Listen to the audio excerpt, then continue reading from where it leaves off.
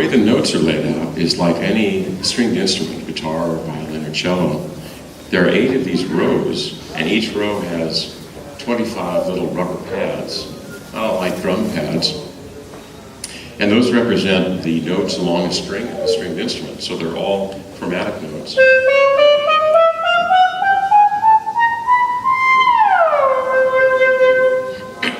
And then the lights on the surface tell you where the natural notes are, or the white keys on a piano.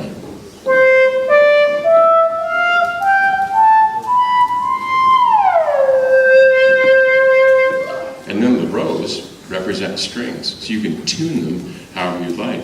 You can tune them like a guitar, you can tune them like a bass guitar, you can tune them like a cello, like a violin.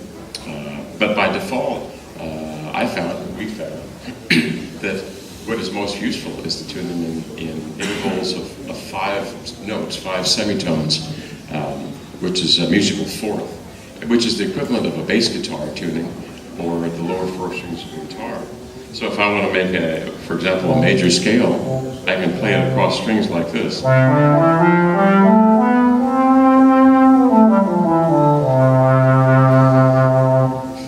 And that's pretty much it. The nice thing about having the even intervals between rows is it's what's called isomorphic. And that means that if I want to play a C major scale, or a major scale, it doesn't matter what key I'm playing it in, it'll be the same fingering.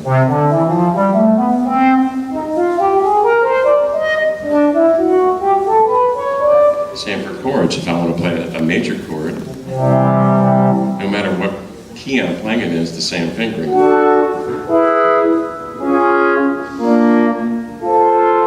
Now, if you contrast that to a piano keyboard, if you want to play a major chord, you have to learn a different fingering for each key you want to play it in. C major will be one fingering, C sharp major will be a different one. So piano is very seductive. It gets you in very quickly, but it's extraordinarily hard to play. This patch that I've created is the simplest possible synthesizer you can have. It's a pulse oscillator running through a low-pass filter, running through amplitude control, volume control. There are no envelope generators. There are no LFOs.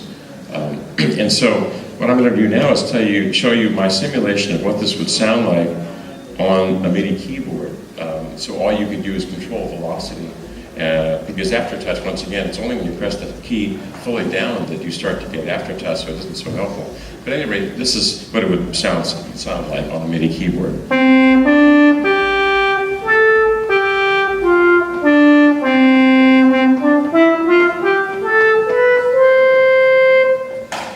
Now, I'm going to put back in the instrument's expression capabilities. So I have now the ability to sense the pressure and the ability to sense my left-right finger movements and my forward-backward finger movements. And this is what it sounds like by comparison.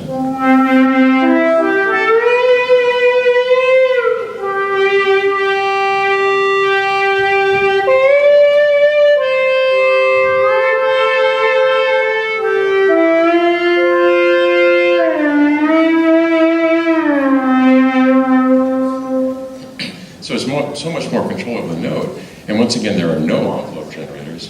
When you think about it, envelope generators were just kind of a temporary kludge fix for the fact that music was being made for on-off switches. You couldn't control that volume, so you had to create this thing that would control the volume for you. And the LFO was another kludge fix for the fact that you couldn't vibrato the note as you would on a violin or a guitar or a saxophone or any other acoustic instrument. So you don't need those things that were intended to be short-term fixes, but have lasted for 50, 60 years instead. And now you have the ability to do it by performance. So you can do anything. In this particular case, the forward-backward movement is controlling the pulse width of the pulse oscillator.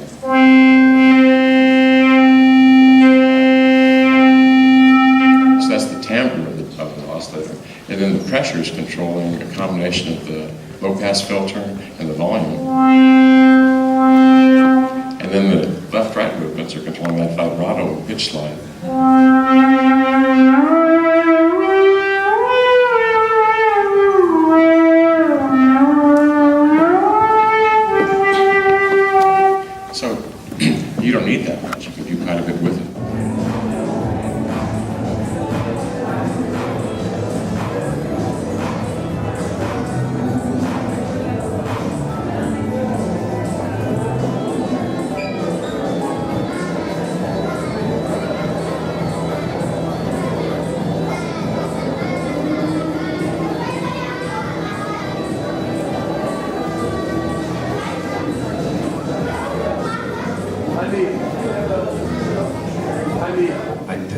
that the sequencer is coming back in synthesizers these days, and I think the Pro 2 was your first one again with the sequencer.